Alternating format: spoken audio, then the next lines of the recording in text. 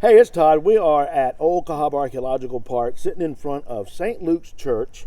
Sitting next to me is Ms. Linda Derry and Ms. Christine Weerts. Now, Linda and Christine have put together a really great event here. We did it last year, going to do it again this year. Let's start. Linda, I believe you started it last year? Well, Christine really. Oh, Christine actually started it well, last year. we work together, but she's got all the musical talent and probably much better Christian than I have to. So I'm just, the backup, and I know the history. Yeah. That's it.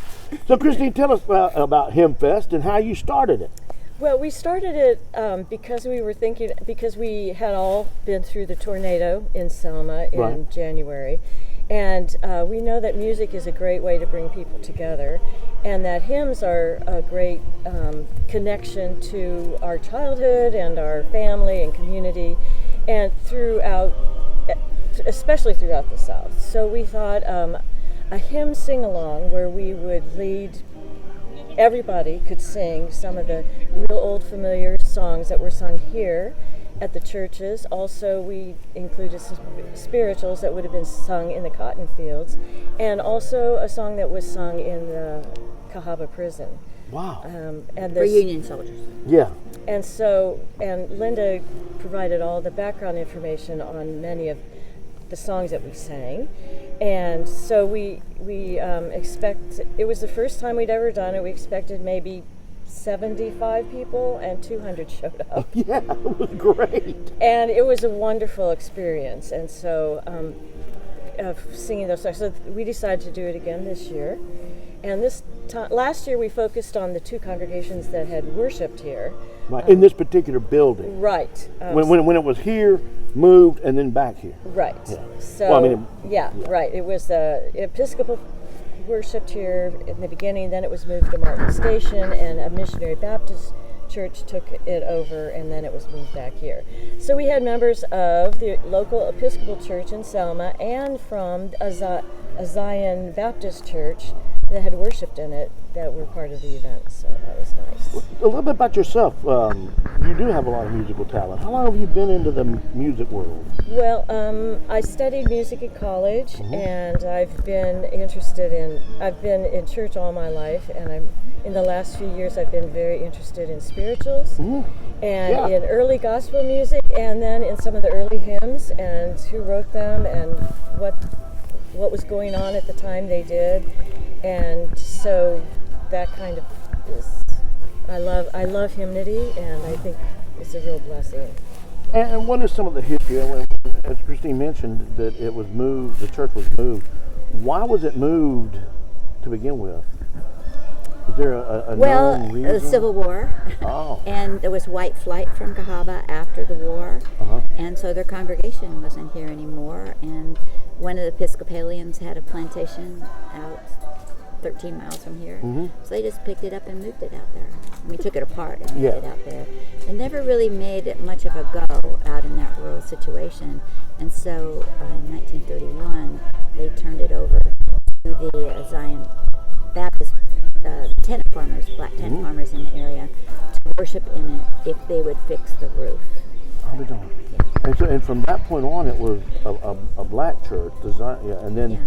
And that's, I hope I'm not talking out of turn, but that's the really great thing about this gathering last year is, frankly, when you go to church, it's usually a white church or a black church. Right. But we had both sides of that coming together and singing together and, getting through the tragedy of the tornado, and I thought was the best part of what happened. Right. And all different religions, too. I mean, it was a Baptist, Presbyterian, Methodist. There were even 3 nuns from Selma, Catholic nuns. Well, there was another Catholic guy there, too. Oh, yeah. But this year we're going to focus on Methodists. Yes. Yeah. And why Methodist? Why are we going to focus on the Methodists? Well, because there was the first single denomination church that was built here was the Methodist Church. Right. The rooms are still here. It burnt in 1951. It was built in 1849. I have the Methodist minister's diary I've been transcribing. It's really fascinating. And then when the white flight happened, the black congregation moved in. During the Civil War, the Methodist minister here, Reverend Cotton, created a log church as a mission from the Methodists to the enslaved people, so they had their own church here. Wow. So when the white people left, they just moved into the big brick church, and the first two AME churches in the state were Brown Chapel in Selma and St. Paul's here at Cahawba. So we have a very strong Methodist tradition. And so that's why we're focusing on that this year. What is some of the music that we'll hear? Okay, well, we fortunately, because of all the good research that Jonathan and Linda have done, we know the hymns that were some of the hymns that were sung in the white Methodist church, and then some of the songs that were sung by the AME congregation. So, and most of them are still familiar to us, and so we'll be singing those songs, and we'll also be singing, for example, one of them is Sweet Hour of Prayer, that was sung in the prison camp. "'Tis the Old Ship of Zion" was sung by the African Americans. It's based on the spiritual. "Rock of Ages" is a classic from the 1700s, and "Just As I Am," "What a Friend We Have in Jesus." They cross over that just about everybody knows all of them, and they'll be able to connect with them. And Christine's making a hymnal so you can sing along. And for me, I love that because, so many of the big mega churches, you have the rock and roll music, and I like to look at that hymnal and see them, So hymnals are very important. These are very familiar, old-fashioned hymns, but you can also, and she'll have some history behind each of the hymns. For example, the song "Great Is Thy Faithfulness," which everybody loves, that was written just after the Civil War by a young man who grew up in a log cabin in Kentucky. It wasn't Abraham Lincoln. And he became a minister, and he wrote this, but then he kind of was so sickly that he ended up just going into farming. Wow. And he ended up dying in an old age home. He never really had much of anything, but yet he wrote this magnificent song about the faithfulness of God through everything. So. Who all will be singing? So that was another plus, is that we were able to get Gordon Welch with the Church Street United Methodist Church. I know Gordon. He's got a huge musical background and in hymnody as well. And he also has the choir, and he knows the hymns. So he'll be doing the first part of it. And then we have a couple members from Brown Chapel AME that will be there singing with some African American congregations from Selma. Great. So and we will have a return appearance by a couple people that were very popular last year. Right? Yes, Billy Young.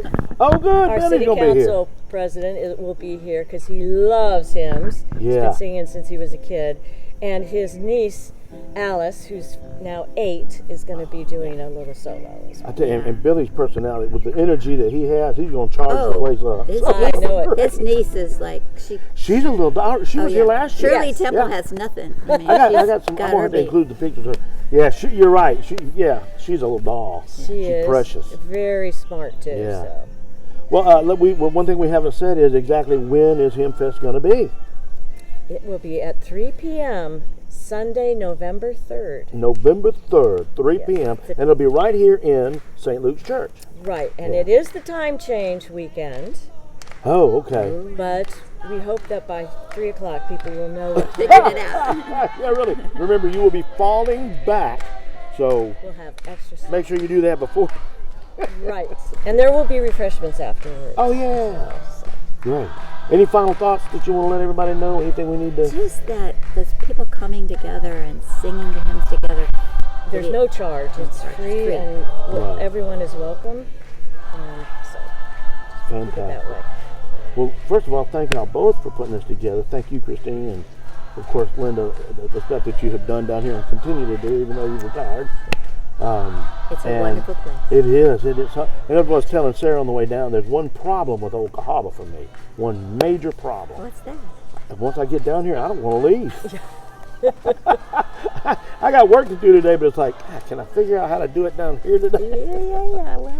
Well, I wish, but anyway. We also want to thank the people that have helped support yes. this and Oh, make it gosh, yeah. possible.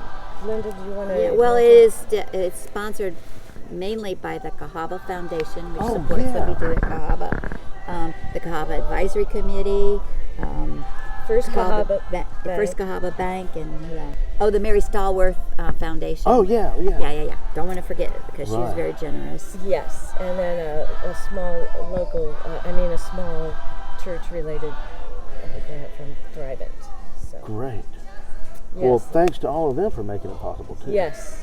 So one more time, November 3rd, 3 o'clock. That's a Sunday, November 3rd, 3 o'clock, right here at St. Luke's at Old Cahawba Archaeological Park. Check your clock. 'Cause Check the clock, make sure you fall back, and then And we'll all be Come down here. united in song and in melody and harmony before the election. that's right. in community. And he who Yeah. sings prays twice. So come pray with us. Yes. Thank y'all so much for spending time with me today. Thank you. Thank you. We'll see you later. All right. Bye-bye. November 3rd, 3 o'clock, right here.